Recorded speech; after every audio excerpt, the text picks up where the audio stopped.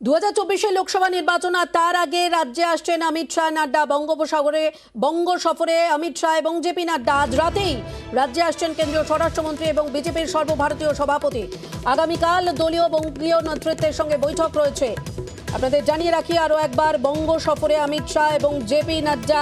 কেন্দ্রীয় স্বরাষ্ট্রমন্ত্রী অমিত শাহ এবং বিজেপির সর্বভারতীয় সভাপতি জেপি নাড্ডা বঙ্গ সফরে আসছেন। আগামীকাল দলীয় বঙ্গীয় নেতৃত্বের সঙ্গে বৈঠক রয়েছে। এমজি রোডে গুরুদ্বারা এবং কালীঘাট মন্দিরেও যাবেন অমিত শাহ।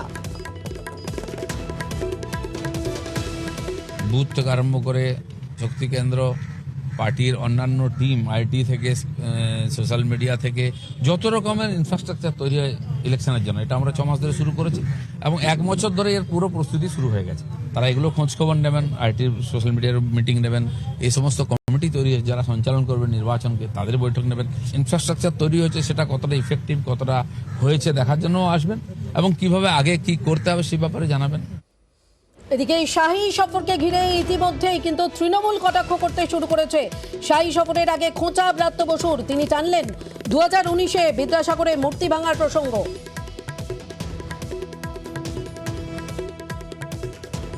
যে গুরুদ্বারা বা টেম্পেলে যাচ্ছেন তার ধারে কাছে যদি কোনো বাঙালি কোনো যদি মনীষীর মূর্তি থাকে, এই অমিত শাহ আসার জন্য তারা সেটা ভেঙে না দেয়। বিদ্যাসাগরের মূর্তি তার প্রমাণ। যে যে মন্দির বা গুরুদ্বারায় যাচ্ছেন ধারে কাছে কোনো বাঙালি মূর্তি, মনীষীর মূর্তি থাকে, সেগুলো যেন অক্ষত থাকে।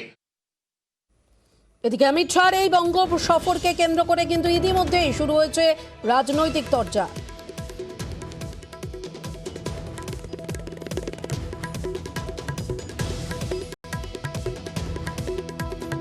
আপনাদের জানিয়ে রাখি, শাহী সফরের আগে কিন্তু তৃণমূল নেতৃত্ব তারা খোঁচা দেওয়া শুরু করেছেন এবং এই শাহী সফরকে ঘিরে ইতিমধ্যেই রাজনৈতিক তরজা তুঙ্গে।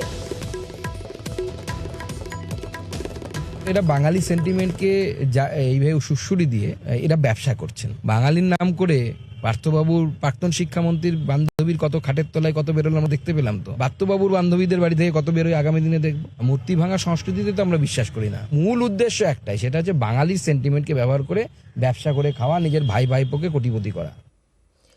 এদিকে অমিত শাহ এবং জেপি নাড্ডা এই যে বঙ্গ সফরে আসছেন, তাকে কটাক্ষ ফিরহাদ হাকিমের। বছর ঘুরলেই 2024 লোকসভা ভোট, আর এই সফরকে ডেলি প্যাসেঞ্জারি বলে খোঁচা ফিরহাদ হাকিমের।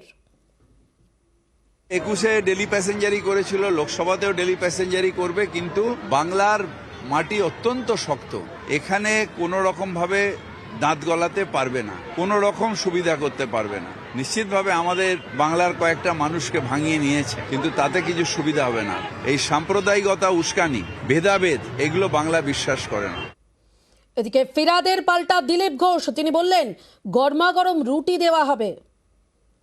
19-এরটাও বলুন, লাভ হয়নি মানে 77টা, তাদের পার্টি কোনোদিন 77টা সিট জিতেছিল বিরোধী পক্ষে?